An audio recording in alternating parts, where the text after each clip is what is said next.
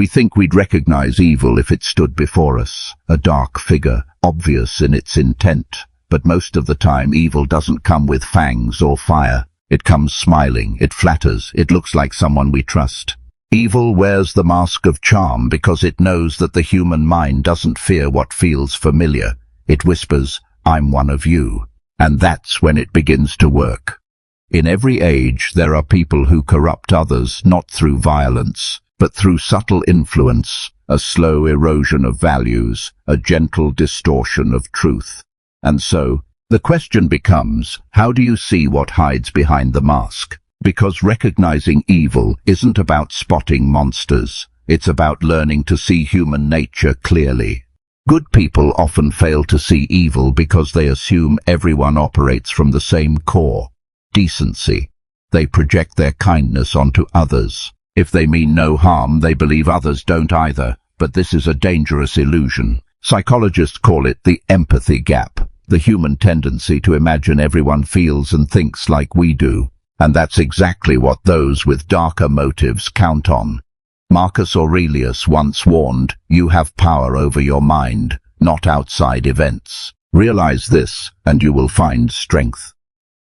The Stoics understood something vital. When you cannot see clearly, you give power away. Evil doesn't need to overpower you, it just needs you to stay unaware, to confuse your goodness for weakness. And so, the first defense against evil begins not with suspicion of others, but with awareness of yourself. The Stoics never described evil as something supernatural. They saw it as ordinary, born from ignorance, greed, envy, and pride. Marcus called it the sickness of the soul. Epictetus said, "When a man is mistaken about what is good and evil, he becomes a slave." Most evil, then, is blindness to virtue, people justifying cruelty, convincing themselves that their wrongdoing is righteous. The neighbor who lies to protect his image, the boss who humiliates others to feel powerful, the friend who manipulates guilt to maintain control. Evil doesn't always roar. Sometimes it whispers, "I'm doing this for your own good." Understanding this truth doesn't make us cynical, it makes us clear-eyed. Because only by seeing that evil is ordinary can we stop underestimating it, and that realization leads us to the first law. Law number 1. They manipulate empathy. The most dangerous kind of evil doesn't attack your body, it infiltrates your emotions. It plays the victim, tells tragic stories, mirrors your feelings perfectly until you start doubting your own. Psychology calls this gaslighting. Stoicism calls it the loss of reason. These people know how to make you feel guilty for setting boundaries. They twist your kindness into a leash.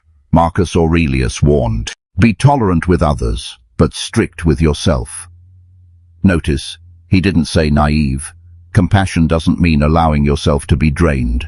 So when someone always demands your sympathy but never takes responsibility, pause. True empathy uplifts both sides. False empathy leaves one empty and the other empowered.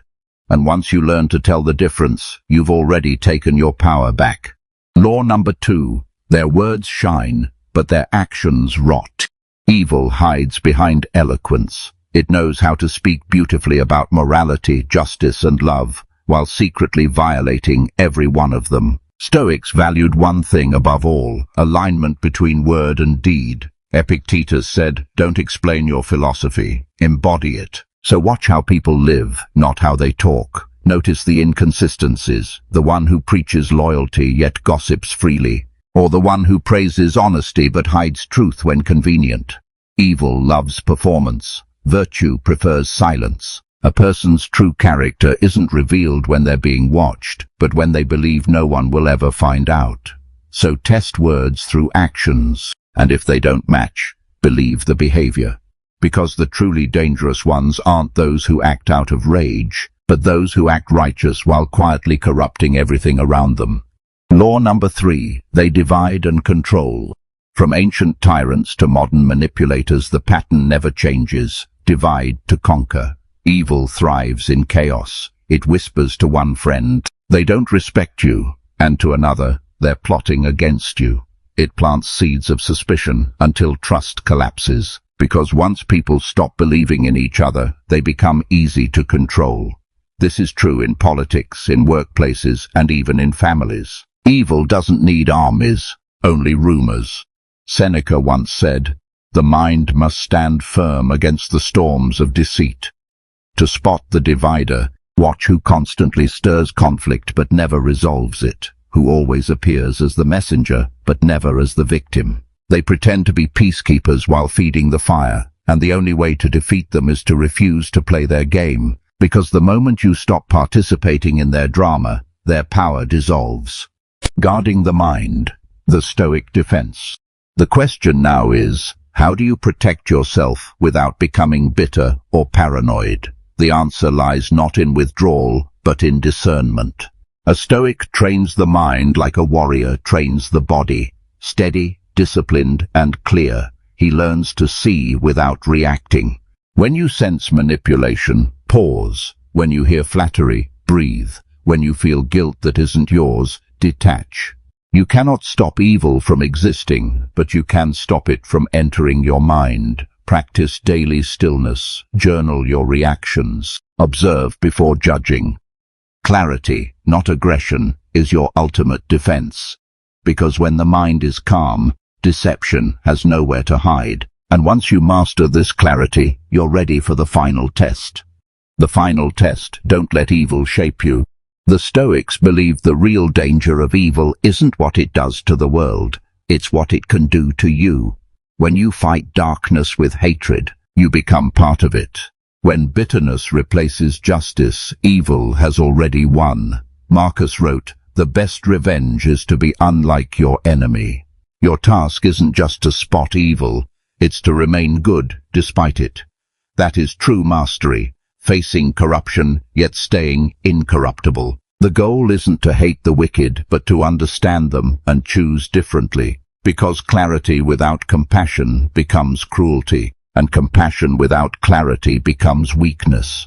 The wise warrior carries both, the vision to see clearly and the heart to stay kind. Evil hides in plain sight, but so does wisdom. See clearly, act rightly, remain untouchable. That's the Stoic way. And if you walk that path, no mask can fool you for long. If this message spoke to you, share it. Comment your thoughts. What signs have you noticed in people who drain your energy or twist your empathy? Remember, awareness isn't paranoia, it's strength. Stay watchful, stay noble, and never let the darkness in.